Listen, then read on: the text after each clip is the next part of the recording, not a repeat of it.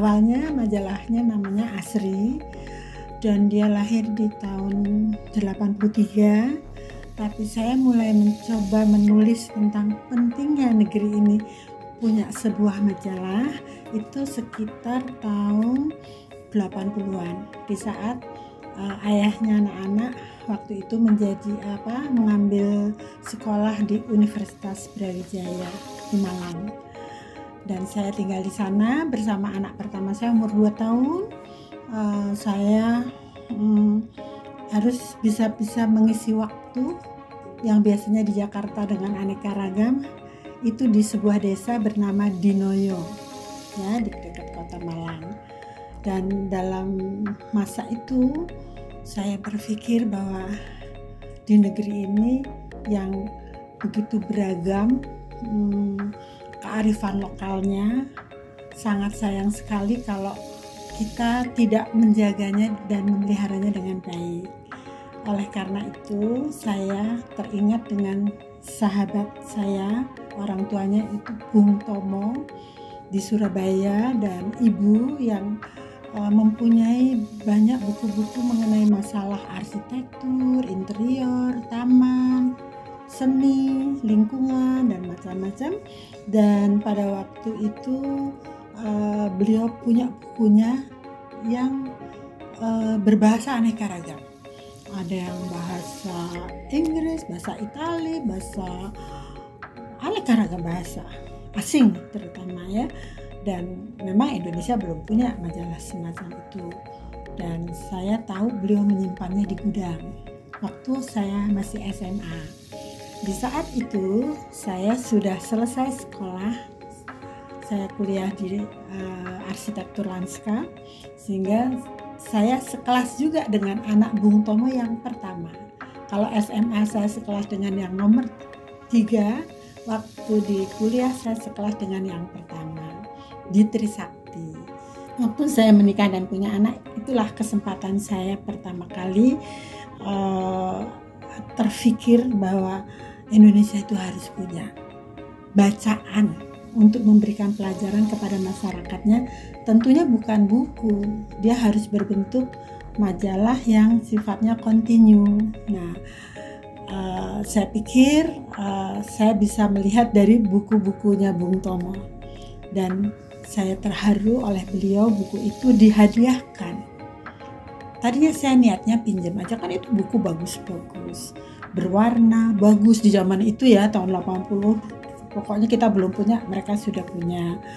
Nah, saya berpikir majalah itu harus diperlihatkan, disajikan. Bentuknya kayak apa? Itu namanya, kalau sekarang namanya dummy. Dulu saya tuh belum tahu loh kalau itu namanya dummy.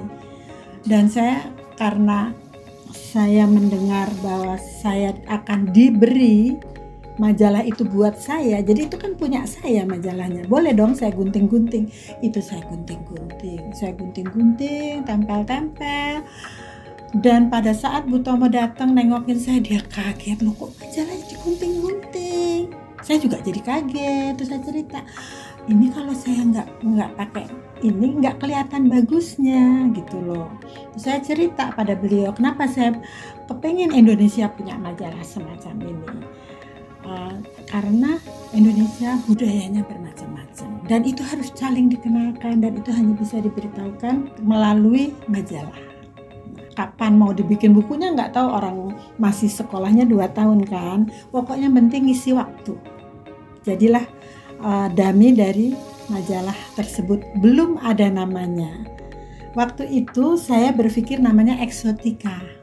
Kenapa Eksotika? Karena saya punya buku tebel segini namanya Eksotika, isinya tentang bunga-bunga, dan beratnya tuh tahu nggak berapa? 5 kilo. Bukunya tuh berat, tebel, namanya Eksotika. Jadi saya pikir majalahnya namanya Eksotika aja kan gitu ya. Nah, dalam perjalanan waktu saya selesai sekolah, saya pulang ke Jakarta. Kebetulan majalah Kartini sedang bermasalah. Nah, majalah Kartini inilah yang tiba-tiba menyapa saya. di suatu tempat, katanya dulu mau bikin majalah ya gitu. Waktu saya lagi di iya, kenapa? Terus saya diajak bertemu dengan yang punya, namanya Bapak Lukman Umar. Bertemunya di mana? Di Hotel Indonesia. Dengan kondisi saya sedang hamil anak kedua, dan beliau mengatakan, kamu bisa nggak bikin ini, gitu. Bikin jadi buku beneran, jadi majalah beneran. Kamu nggak usah mikir uangnya, saya yang menerbitkan. Itulah yang terjadi. Dan rasanya aneh ya kalau dipikir-pikir, kok bisa ya gitu. Nah terus saya kerjain aja bersama teman-teman saya.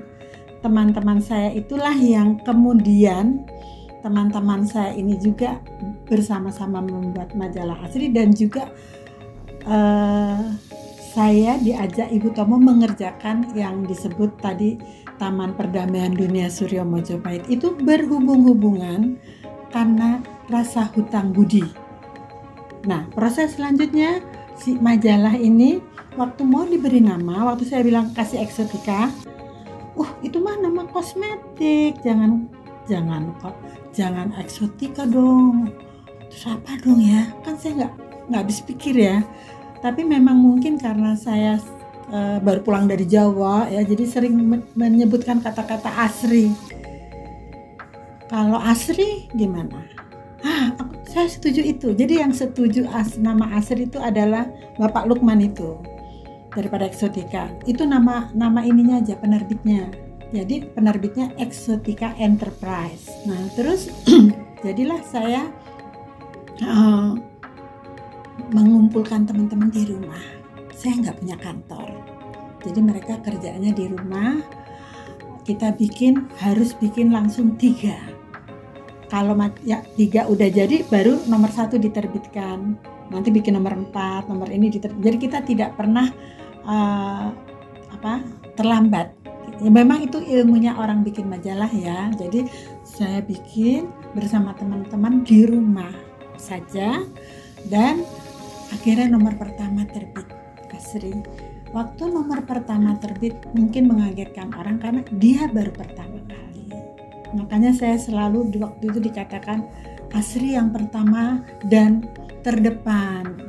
Pertama memang sudah, tapi buat terdepan itu harus diperjuangkan ya. Nah, kalau misalnya hari ini saya diundang untuk bercerita tentang lahirnya majalah Asri, tanpa terasa si Asrinya ini sendiri sudah memasuki tahun ke-40.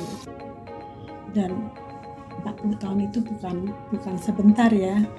Sekarang saya udah kepala 7, bayangkan dulu itu umur saya berapa. Nah, proses ini memang menjadikan saya terbiasa mengajak organisasi-organisasi profesi di bidangnya masing-masing. Misalnya arsitek, itu organisasi namanya Ikatan Arsitek Indonesia, Ikatan Arsitek Lanskap Indonesia, IALI, terus Himpunan Desainer Interior Indonesia, Ikatan Para Perangkai Bunga, pematung, pokoknya seniman dan segala macam organisasi, itu perkumpulan bonsai, perkumpulan penggemar bambu dan macam-macam. Dan mereka itu seperti saya ajak bersama-sama di Asri, yang kita suka menyebutnya sebagai bahtera. Bahtera, tahu kan, kapal yang berlayar dengan harapan untuk memperindah negeri ini.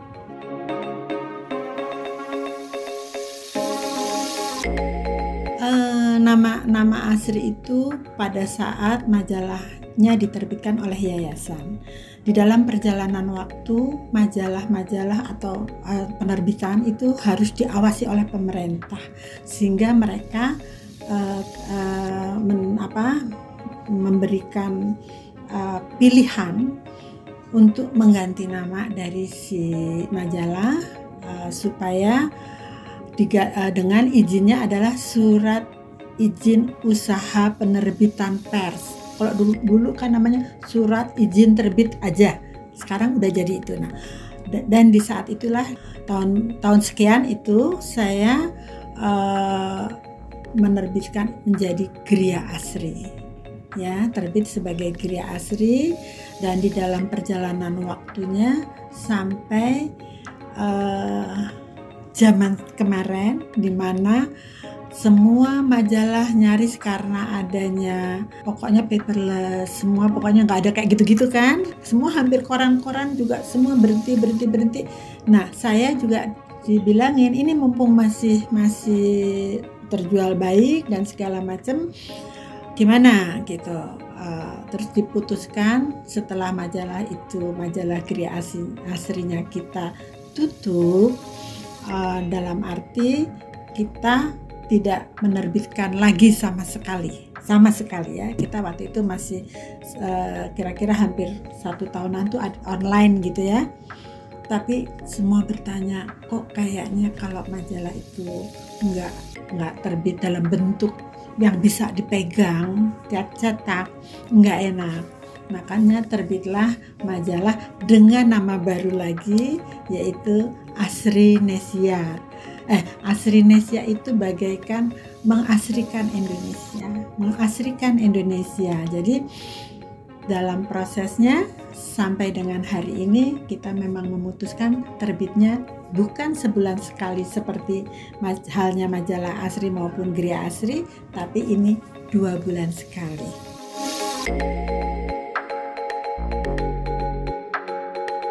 Yang berkesan banyak banget, tapi mungkin yang paling berkesan adalah yang pertama ya, tentunya pada saat majalah Asri pada waktu itu menjelang mau ulang tahunnya yang pertama. Waktu dia mau ulang tahun pertama, saya dipanggil Pak Yop Ave. Waktu itu beliau jadi Dirjen Pariwisata. Dia merasa bahagia sekali adanya majalah ini membuat dunia wisata hidup rasanya. Dan beliau merancang tentang kamar hotel, rumah makan, rumah-rumah di Indonesia itu mempunyai ciri khas kearifan lokal dari yang ada di Indonesia. Misalnya hotel bergaya Bali, ada bergaya Kudus, bergaya Padang, bergaya Sulawesi, dan macam-macam gitu ya. Dan itu saya harus menginikannya di majalah Asri di awal-awal dulu dengan mengikuti apa yang diminta oleh Pak Yop Ave tersebut. Terus beliau mengatakan, nanti kita ulang tahunin ya. Majalah Asri ulang tahun yang pertama tahun 84 itu dilaksanakannya di Balai Sidang dulu namanya. Sekarang jadi apa itu? Convention Hall ya. Nah, itu pertama kali adanya pameran mengenai rumah, interior dan segala macam itu adalah majalah Asri. Dan bukan saya masih anak bawang sekali. Jadi yang prepare itu adalah Direktorat Jenderal Pariwisata pada waktu itu di bawah pimpinan Bapak Yop Ave, yang memang dia pecinta seni luar biasa ya. Nah, akhirnya begitu kita sudah memilih tempat itu untuk ulang tahun, Pak Yop Ave mengajak saya pergi ke Cendana.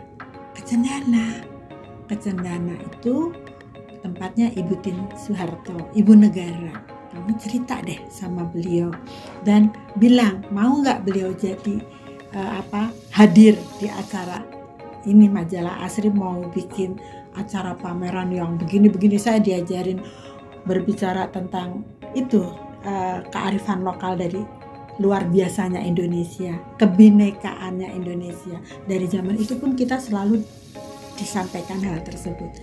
Dan sampai ujungnya, berkenankah Ibu datang untuk membukanya? Ya, saya akan datang. Itu sangat berkesan sekali buat saya. Dan tambahannya adalah untuk tamunya.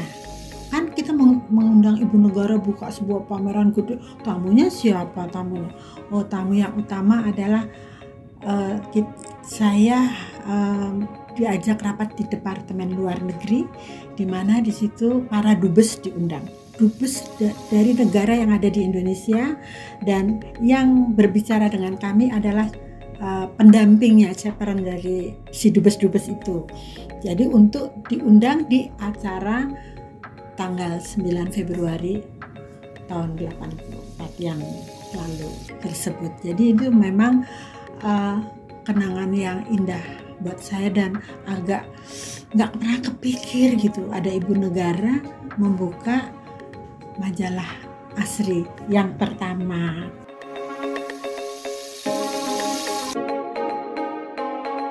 Mau diulang tahunin 40 tahun aja kan saya nggak nyangka. Orang mau ulang tahun nanti ke 25, apa ke 50, apa gitu ya. Ini ke 40. Dan majalah itu terbit sudah menjadi Asri Indonesia. Dan orang yang mengajak saya memang awalnya adalah Ibu Halistia Pramana yang punya Vinoti Living, gedung yang tempat saya berkantor ini. Dia bilang, "Mbak, kita rayain ya. Ini tapi bukan Asri Indonesia aja loh. Jadi semuanya dianggap ya. Tapi kita pakai Asri yang lahir dari tahun 83. Jadi 40 tahun Asri. Nah, pada proses itu saya mulai menyampaikan kan. Dan gayung bersambut kebetulan saja Evomart menawarkan kunci dengan nama Asri Indonesia.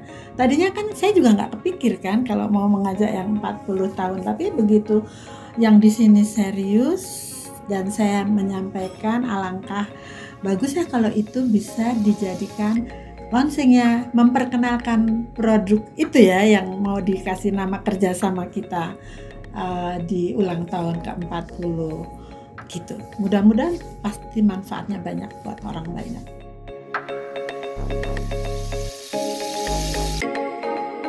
Evomart tambah dikenal banyak orang dan Asri pun karena namanya juga ada di kunci itu adalah ininya dari bangunan kan, membuka dengan kunci pokoknya saya menganggap bahwa kehadiran Evomart untuk membangun untuk mengadakan kerjasama ini buat saya sangat luar biasa dan saya jujur saya surprise sehingga bahkan sampai packagingnya semua dipersiapkan sedemikian rupa.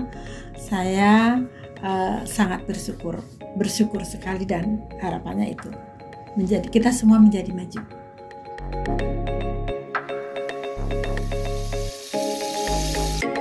Makanya saya tidak pernah mengatakan ini majalah Asri punya saya atau zaman dulu ya dari awal-awalnya walaupun orang melihatnya mungkin sementara saya itu mengawali betul-betul kan Pak Lukman mengajak, tapi saya menganggap majalah ini adalah milik kita semua, miliknya negeri ini dan negeri ini tuh perlu diberikan pengetahuan pendidikan melalui bidang arsitektur, interior, taman, seni, budaya, lingkungan, dan tentunya mendukung pariwisata Indonesia.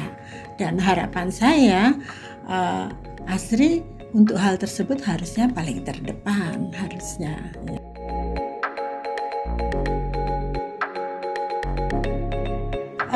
Seperti kita ketahui bahwa majalah itu kan sekarang cetak udah nggak banyak ya, semua bisa mengikuti ini, bisa melalui online, melalui HP, menjadi lebih mudah lah ya. Tapi komunikasi antar kita ini itu penting. Zaman sekarang tuh nggak ada cerita kerja sendiri, yang ada adalah berkolaborasi dengan baik untuk membangun berbagai hal. Jadi harapan saya kita semua harusnya bersama-sama membangun Indonesia sesuai dengan keinginan masing-masing, kemampuan dari setiap perusahaan apa saja maupun kemampuan dari ilmunya, entah dia seorang interior designer, entah dia seorang arsitek atau arsitek lanskap, dan semua mereka harus makin meningkatkan kemampuannya menjadikan negeri ini benar-benar negeri kepulauan yang indah.